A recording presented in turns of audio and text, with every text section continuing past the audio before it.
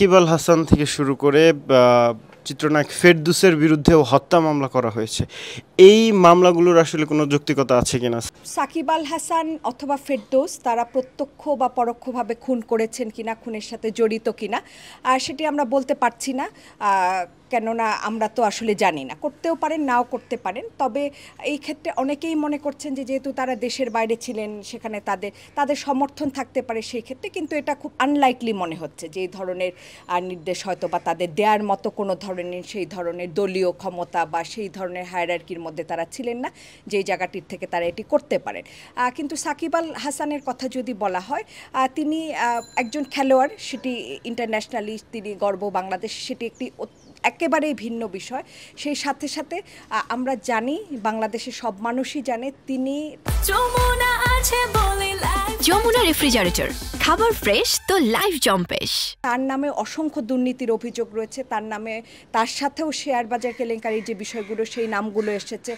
জুয়ার থেকে শুরু করে নানান ধরনের অপকর্ম এবং অনেক কিছুর অভিযোগ কিন্তু তার বিরুদ্ধে এসেছে। তাকে খেলোয়াড় সত্তার থেকে আলাদা করে আমরা যদি তার অপরাধগুলোকে শুধু দেখি বা অপরাধগুলো আমরা দেখতে চাই, সেক্ষেত্রে অবশ্যই তিনি যদি অপরাধ করে থাকেন, তাকে সেই অপরাধের তাকে আইনের আওতায় আনতে হবে। তিনি যদি দুর্নীতি যে অভিযোগগুলো আছে সেগুলোর সাথে সাথে অবশ্যই যদি খুনের সাথে জড়িত থাকেন কোনোভাবে, প্রত্যক্ষ বা পরোক্ষভাবে, সেটিকেও তো আসলে যাচাই করে দেখতে হবে। ইনভেস্টিগেশনের মাধ্যমে সেটি জানা যাবে। আমি বা আপনি বা বাংলাদেশের জনগণ, আমরা তো কেউ আসলে জানি না, আমরা তো দেখিনি, কাজে আমরা সেটি বলতে পারবো না। পুলিশ সেটি ইনভেস্টিগেশনের মাধ্যমে তিনি দেখবেন যে কি হয়েছে। শুধু সাকিব আল হাসান না, বাংলাদেশের যে সংবিধান রয়েছে, সংবিধানে প্রত্যেকটি ব্যক্তি এবং অভিযুক্ত ব্যক্তিরও অনেক ধরনের আইনগত প্রোটেকশন পাওয়ার সুযোগ রয়েছে। সংবিধান কিন্তু অভিযুক্ত যারা রয়েছেন তাদেরকেও রক্ষা কবচ হিসেবে তাদের ব্যাপারেও কিন্তু সুনির্দিষ্ট তাদের অধিকারের ব্যাপার রয়েছে। তাদের আত্মপক্ষ সমর্থনের অধিকার রয়েছে, তাদের মনোনীত আইনজীবীর সাথে আসলে তাদেরকে কনসাল্ট করার মাধ্যমে তাদের মামলাটিকে তারা আত্মপক্ষ সমর্থনের সুযোগ রয়েছে। তো কাজেই সেই ক্ষেত্রে আমি মনে করি যে শুধু সাকিব আল হাসান, কোনো ব্যক্তি আইনের ঊর্ধ্বে নয়, আইনের চোখে সবাই সমান। আইনের শাসন বাংলাদেশে প্রতিষ্ঠিত হয়নি বলেই আমরা দিনের পর দিন বিচারের বাণী নিভৃতে কেঁদেছে।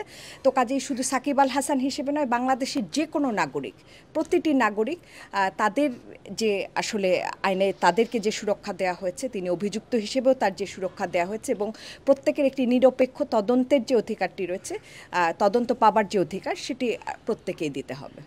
দেখুন, হত্যা মামলা কারা করেছে এটা তো ডিপেন্ড করছে। হয়তো একজন ভিকটিম, যেই ব্যক্তি যিনি তার সন্তান হারিয়েছেন, সেই সন্তান হারানোর জায়গাটি শুধুমাত্র যারা সন্তান হারিয়েছেন তারাই শুধুমাত্র সেটিকে উপলব্ধি করতে পারবে। তারা ছাড়া অন্য কোনো দ্বিতীয় ব্যক্তির পক্ষে সেই বেদনার জায়গাটিকে উপলব্ধি করতে পারা সম্ভব নয়।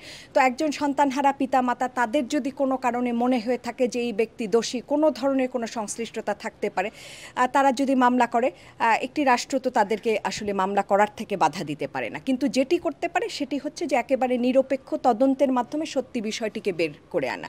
আর কোনো একজনের বিরুদ্ধে হত্যা মামলা হয়েছে দেখে যে দুর্নীতির মামলা বন্ধ থাকবে, অন্যান্য মামলা বন্ধ থাকবে, অন্যান্য দুর্নীতি, শেয়ার বাজার কেলেঙ্কারি, চুরি, এইসব মামলা যে বন্ধ থাকবে, এরকম কোনো কথাও তো আসলে নেই। তো কাজে একসাথে অনেকগুলো মামলা চলতে পারে, তবে অবশ্যই প্রতিটি বিষয় নিরপেক্ষ তদন্তের মাধ্যমে, সুষ্ঠু তদন্তের মাধ্যমে তারপরে সেটি বিষয় আসলে সিদ্ধান্ত গ্রহণ করতে হবে।